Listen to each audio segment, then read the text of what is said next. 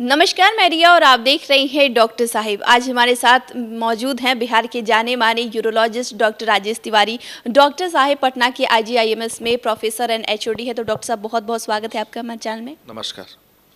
Female UTI क्या होता है? क्या ये पुरुषों से अलग है या फिर कुछ हिसाब से अगर देख ले तो सेम ही होता है? लक्षणों की अगर बात करें तो नहीं, महिलाओं में जो UTI होता है ना वो थोड़ा ज़्यादा कॉमन है।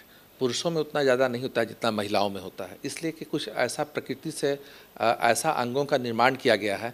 चूँकि ये जो इकोलाई कीड़ा है वो गुदा मार्ग से आता है, पैखाने के रास्ते के पास से वो पेशाब के छिद्र तक पहुंच जाता है।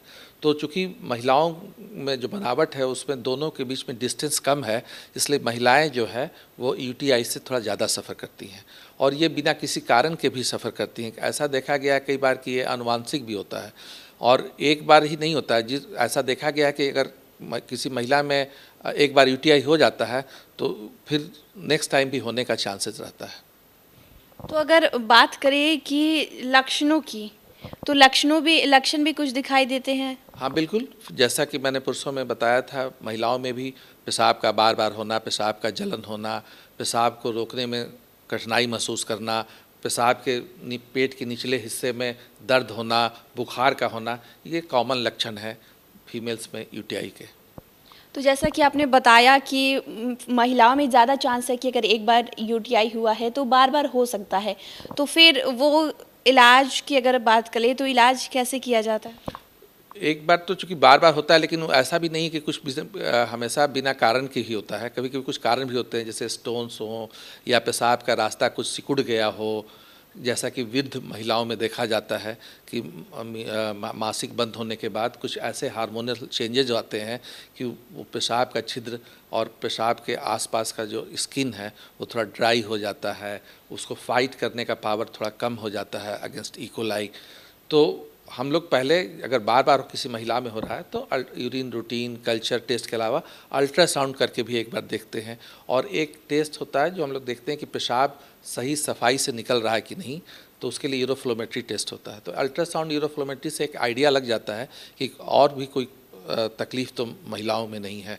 लेकिन कभी कभी अधिकतर महिलाओं में ये बिना किसी कारण के भी UTI होता है। तो जैसा कि आपने बताया इसके बारे में, तो ये एक सवाल कि क्या मेल और फीमेल का इलाज सेम होता है या फिर दोनों अलग अलग इलाज होता है? इलाज तो पहले हम लोग वो ट्रीट करते हैं कि पहले जो यूरिन कल्चर के माध्यम से जो पता चल जाता है कि किस कीड़ा से है और किस एंटीबायोटिक से ये रिस्पॉन्ड करेंगी। तो महिलाओं में जिनमें बार बार होता है तो ये जो एंटीबायोटिक्स हम लोग पहचानते हैं उसको 3 से 5 दिन तक के लिए दिया जाता है और इससे महिलाएं ठीक हो जाती हैं। इसके अलावा कुछ जिसमें बार बार होता है उनको हम लोग कुछ और भी परहेज बताते हैं, जैसे बताते हैं कि पानी थोड़ा ज़्यादा पीजिए, सेक्सुअल इंटरकोर्स के बाद आप एक कोई दवा बता देते हैं और बताते हैं कि पेशाब जरूर करके सोया करिए। और एक कभी कभी बार बार होता है तो एक एंटीबायोटिक बता देते हैं कि इसको एक 2-3 दिन के लिए खा लिया कीजिए।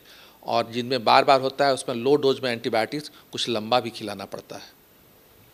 तो शुक्रिया डॉक्टर साहब, जो आपने इसके विषय में जानकारी दी है उसके लिए बहुत बहुत शुक्रिया। धन्यवाद। तो आप डॉक्टर राजेश तिवारी को सुन रहे थे, जिन्होंने महिलाओं में होने वाली UTI इन्फेक्शन के बारे में हमारे साथ जानकारी साझा की है। इस विषय में आप क्या सोचते हैं हमें कमेंट कर ज़रूर बताएं। चैनल को सब्सक्राइब करें, फेसबुक पेज को लाइक करें। साथ ही डॉक्टर साहब से आपके क्या सवाल है हमें कमेंट कर या मेल के माध्यम से भेज सकते हैं। वीडियो देखने के लिए आपका शुक्रिया।